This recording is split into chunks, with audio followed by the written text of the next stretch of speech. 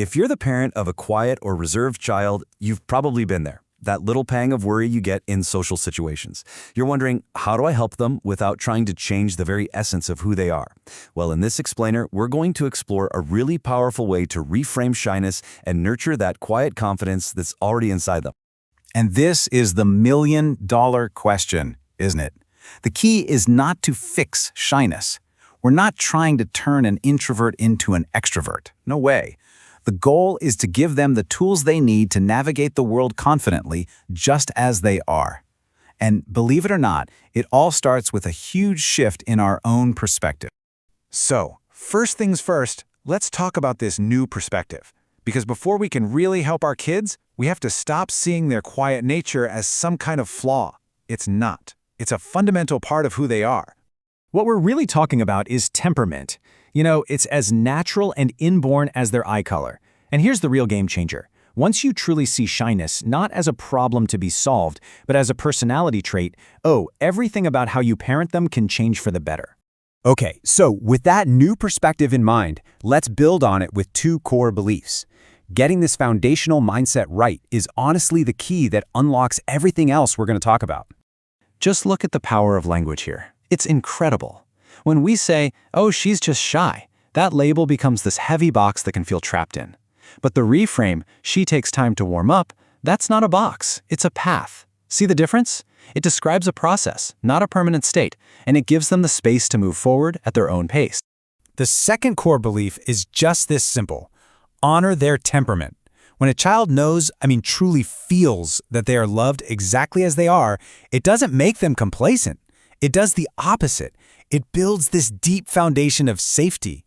And it's from that secure base that they find the courage to be brave, because they know you're always there for them to come back to. Okay, so we've got the mindset in place. Now let's get practical. This section is your toolkit. 3 actionable strategies you can literally start using to help your child build their confidence muscles starting today. This first strategy is all about practice. So before a party or a play date, you can actually role play, walk through it together. How are you going to say hello? Or what could you say if you want to join the game? This rehearsal, this practice run, makes the unknown feel familiar. And what's the result? They gain a sense of control, which is the perfect antidote to anxiety. Now, this is so important. The goal here isn't a perfect social performance. It's to build bravery. That means you have to praise the effort. Did they make eye contact for half a second? That was so brave. Did they whisper hi back to someone? Wow, that was amazing. Celebrating these small steps reinforces the act of trying, which is so much more important than the final outcome. And finally, always remember, you are their blueprint for how to interact with the world. You don't have to be a social butterfly, not at all. Just let them see you model a calm, low-pressure friendliness.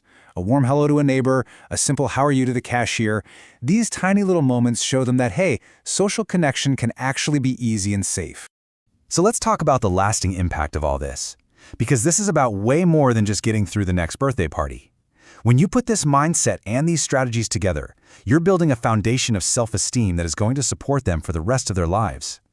So let's put it all together. Here are the 5 key takeaways from our toolkit. It all starts with your mindset. First, reframe the label. And second, honor their temperament. Then come the actions. Third, practice ahead of time. Fourth, praise the effort. And fifth, model confidence yourself. These 5 steps, that's your complete guide right there. So this all comes down to one final question for you. What's one small step you can take today? Maybe when your partner gets home, instead of saying, he was so shy at the park, you say, he really took his time observing everything today. Or maybe you just praise the quiet, thoughtful way they helped you set the table. That one small, conscious action, that's where their beautiful, quiet confidence begins to grow.